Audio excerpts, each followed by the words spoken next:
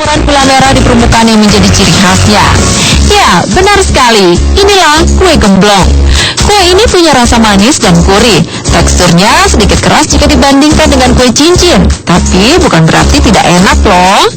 Bertahannya kue gemblong di antara kue-kue modern lain menunjukkan bahwa kue tradisional ini tidak pernah kehilangan penggemar. Sahabat ragam, kue gemblong dibuat dari bahan-bahan yang sangat sederhana. Hanya butuh parutan kelapa, tepung ketan, garam, dan air putih.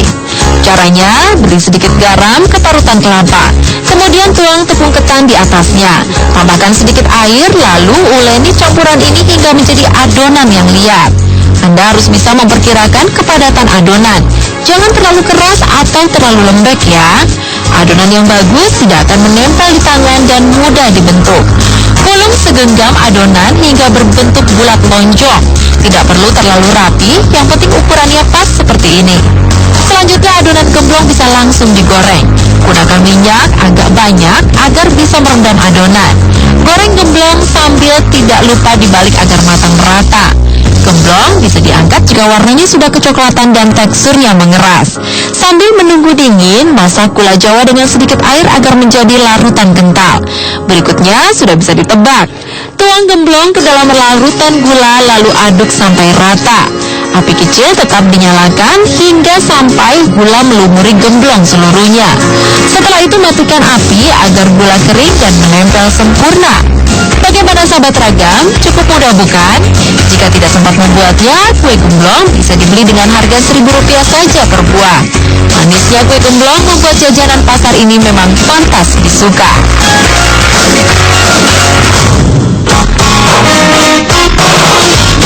Sahabat ragam, nama kue kamir mungkin tidak terkenal kue cincin atau kue gemblong di Jakarta. Wajar saja, kue ini memang berasal dari Pemalang, Jawa Tengah. Tapi Anda tidak perlu jauh-jauh ke sana untuk mencobanya. Salah satu kios kue kamir bisa ditemui di daerah Tebet, Jakarta Selatan. Kue kamir konon pertama kali dibuat oleh orang Arab yang tinggal di Pemalang. Karenanya kue ini sering disebut juga kue kamir Arab. Bentuknya bulat tipis seperti kue serabi atau kue dorayaki dari Jepang. Mengintip ke dalam kios kecil ini, Anda akan mendapati setumpuk adonan kue.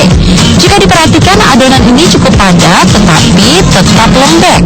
Adonan ini merupakan campuran tepung mentega dan tape singkong. Datanglah ke kios ini pada pagi hari untuk mendapat kue kamir yang masih hangat. Sebagai bonus, Anda juga bisa melihat bagaimana kue ini dicetak. Caranya cukup mudah. Cetakan khusus ditetesi minyak sayur terlebih dahulu. Kemudian adonan diambil sesendok makan. Adonan langsung diletakkan di setiap bulatan loyang dan dirapikan. Adonan lantas dibiarkan sejenak agar menjadi matang. Jika satu sisi sudah matang, adonan lantas dibalik untuk mematangkan sisi sebelahnya. Tidak sampai 5 menit, kue kamir hangat pun bisa diangkat. Sahabat ragam, kios kue kamir yang terletak di belakang rumah sakit Tebet ini sudah siap sejak pukul 7 pagi. Harganya sangat terjangkau. Dengan Rp5.000, Anda bisa mendapatkan 4 buah kue lezat. Dan sungguh tidak salah jika kios ini laris oleh pembeli. Rasa kue kamir benar-benar enak, empuk saat digigit dan pas manisnya. Tape singkong yang dicampur di dalamnya pun semakin memperkaya rasa. Beberapa potong kue kamir memang cocok sekali untuk sarapan.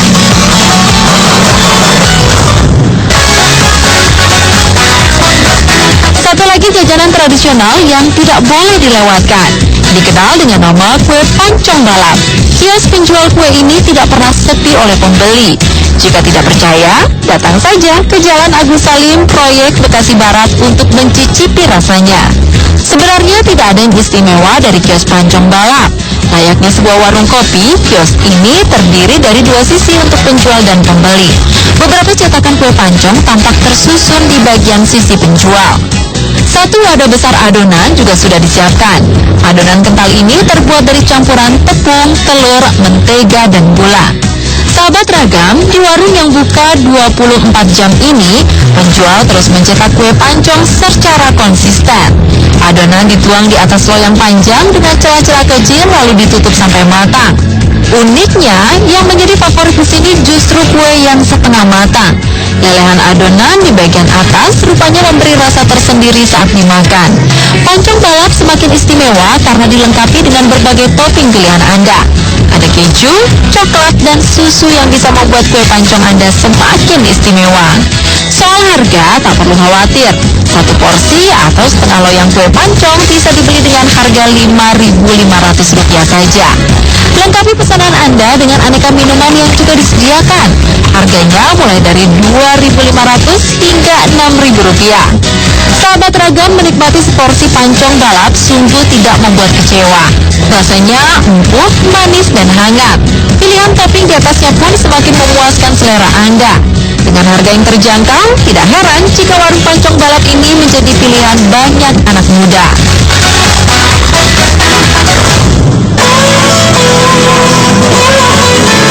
Nah, sahabat Ragam, kopi yang kita kenal sebagai minuman merupakan hasil proses pengolahan dan ekstraksi biji tanaman kopi. Episode kali ini akan dibuka dengan berbagai olahan dari kopi. Kalau Anda berpikir kopi hanya bisa dibuat sebagai minuman, maka Anda salah besar. Sebuah warung kopi di daerah Tebet, Jakarta Selatan menjadikan kopi sebagai bahan dasar untuk hidangan-hidangan unik yang mengundang selera. Nah, kira-kira ada apa saja? Berikut informasi selengkapnya untuk Anda.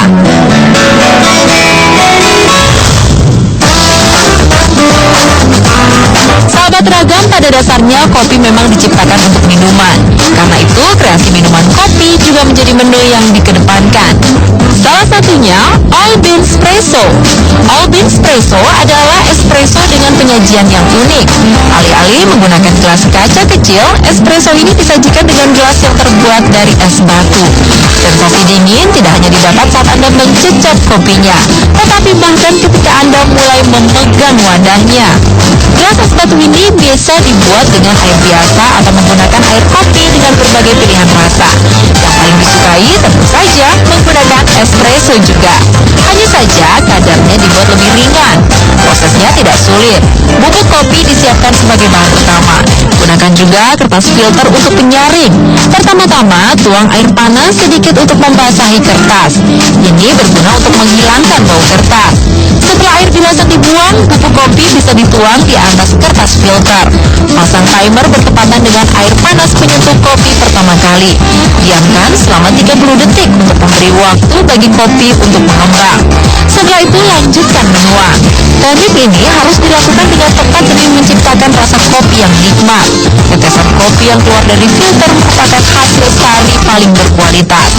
Dan rasa serta aroma terbaik dihasilkan tidak lebih dari 4 menit penyeduhan. Ini dia kopi yang akan digunakan untuk gelas es. Diamkan dingin dalam suhu ruang. Setelah itu tuangkan kopi ke dalam gelas cetak. Selanjutnya tutup gelas dengan cetakan molding yang akan memberi bentuk corong pada es batu. Lalu masukkan ke dalam freezer sampai beku. Sahabat Ragam, seperti inilah es batu gelas yang sudah jadi. Gelas bisa langsung digunakan sebagai wadah espresso. Agar hasilnya lebih tahan lama, beri juga potongan-potongan es batu di sekelilingnya. All Bean Espresso kini siap disajikan kepada pelanggan. Karena terbuat dari es, gelas ini tentu tidak bertahan lama. Tapi Anda tidak perlu khawatir, karena piring kecil di bawahnya siap menampung kopi yang meleleh. Harga All Bean Espresso rupanya sangat terjangkau. Cukup Rp7.500 saja. Menurut pemiliknya, ini adalah harga yang pantas untuk sebuah kopi berkualitas.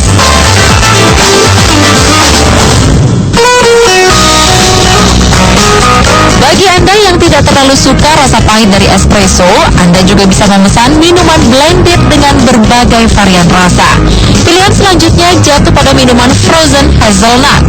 Bahan yang diperlukan untuk membuat frozen hazelnut cukup banyak. Ada krim frappe, espresso, susu cair, dan sirup hazelnut. Untuk toppingnya, siapkan coklat greno atau serbuk coklat dan pasta coklat. Meskipun bahannya banyak, tapi cara membuatnya sangat simpel. Tuang krim frappe, susu cair, espresso, es batu, dan sirup hazelnut ke dalam blender. Lalu nyalakan mesin hingga semua bahan tercampur rata.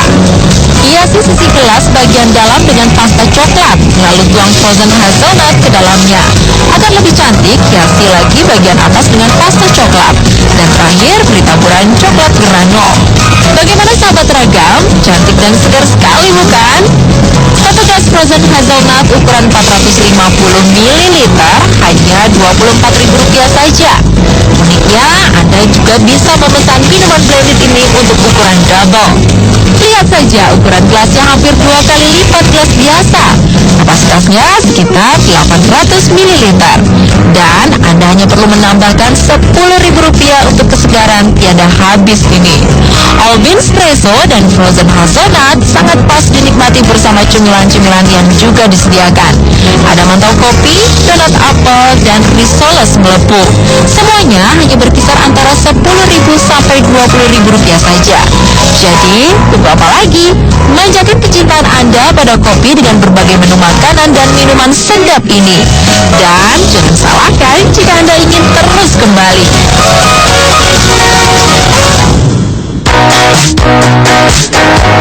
Beralih ke informasi tentang kuliner lainnya. Berikut ini Ragam Indonesia sudah menyiapkan berbagai informasi tentang kuliner-kuliner dari Betawi. Sebagai sebuah budaya, Betawi memiliki tradisi yang begitu kaya. Tradisi ini terungkap jelas dalam setiap kulinernya. Anda yang ingin memanjakan selera sungguh tepat jika mencari referensi di ibu kota negara ini.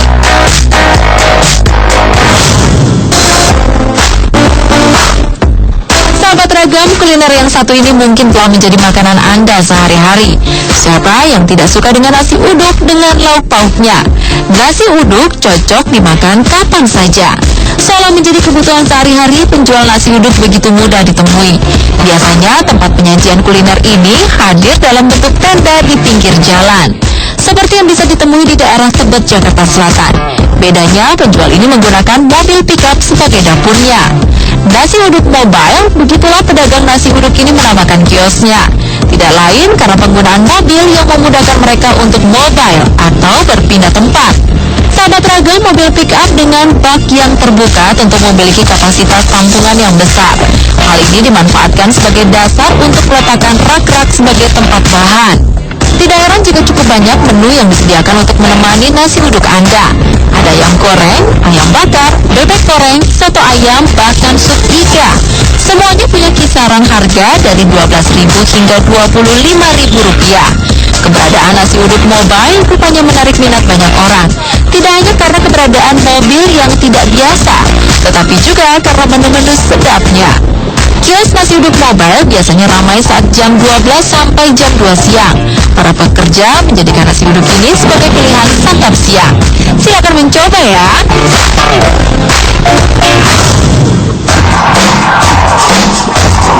Kuliner Betawi berikutnya adalah asinan. Seolah ingin menegaskan, nama asinan ini jelas-jelas mencantumkan nama Betawi di belakangnya.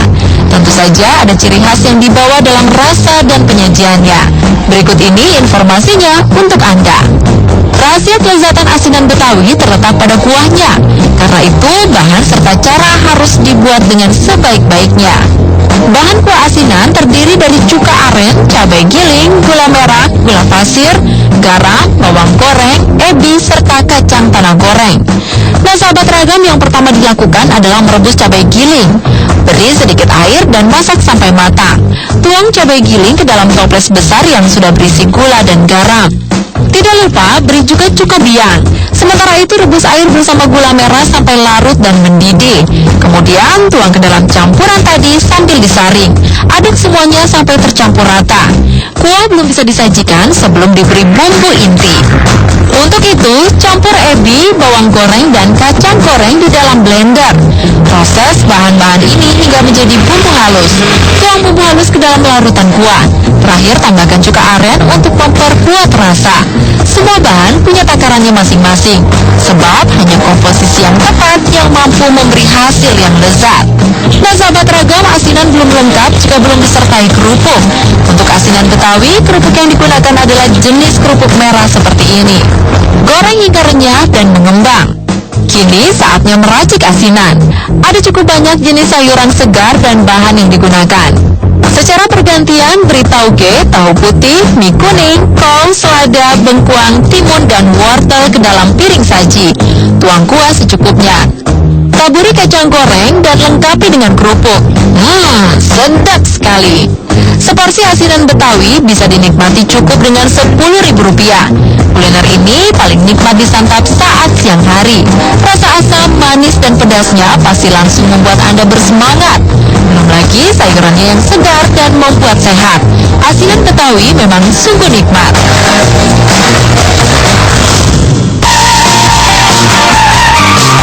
Kuliner khas Betawi selanjutnya bisa ditemui di Jalan Kampung Rawajulang, Desa Ganda Mekar, Bekasi. Kuliner ini punya nama unik yang sangat menarik. Sop janda. Pernahkah Anda mencobanya?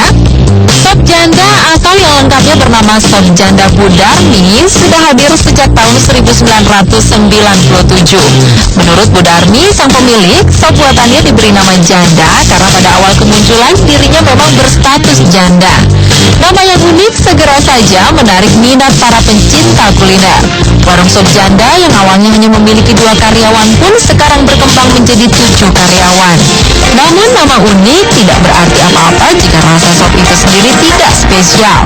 Dan inilah yang membuat sop janda begitu disuka.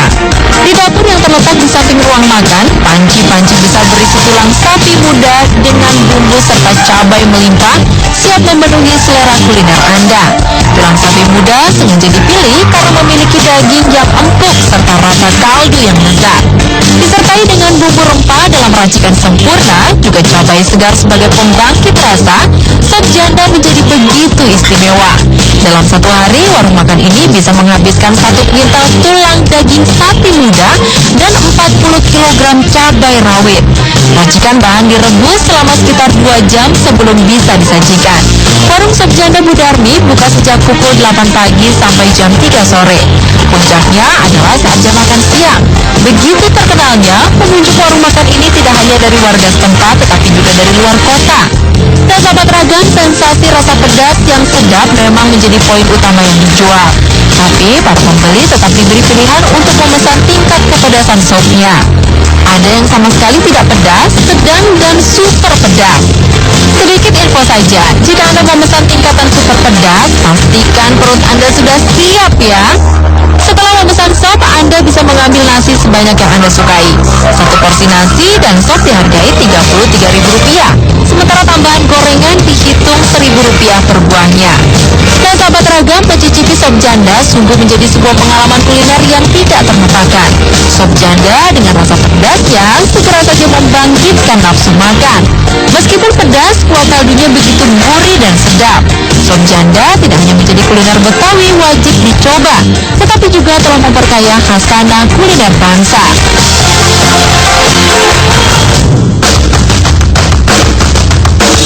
Dan jangan kemana-mana dulu, karena setelah jeda komersial berikut ini kami masih akan kembali dengan aneka informasi unik lainnya. Jadi tetap di Trans 7.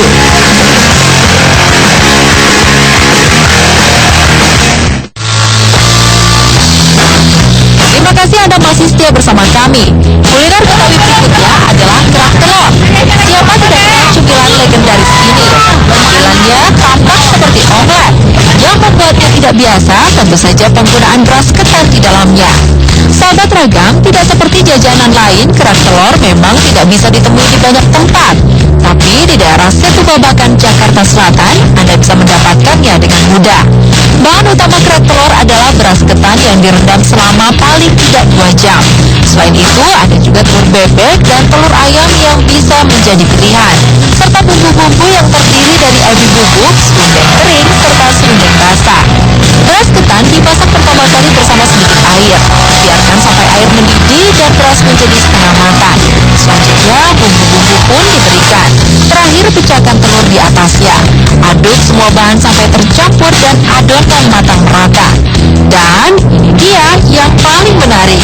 Saat mematangkan bagian atas, bukan adonan yang dibalik, melainkan wajannya. Secara alami, adonan akan melekat di dasar wajan sehingga tidak jatuh meskipun dalam posisi seperti ini. Kerak telur selanjutnya diangkat jika warnanya sudah cantik kecoklatan. Sebagai tambahan, serundeng kering serta bawang goreng pun ditaburkan. Jika suka, Anda juga bisa memberi abon sapi sebagai tambahan. Satu porsi kerak telur lezat ini hanya dihargai Rp13.000 saja.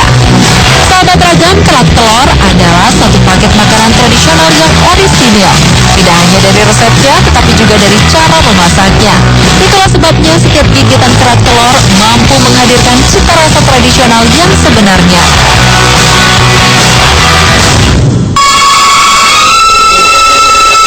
Demikian rangkaian informasi seputar negeri tercinta yang bisa kami sajikan bagi sahabat ragam kali ini. Semoga dapat menambah dan memperkaya pengetahuan Anda. Saksikan terus Ragam Indonesia setiap Senin sampai dengan Kamis pukul 6 waktu Indonesia Barat. Selamat beraktivitas dan sampai jumpa.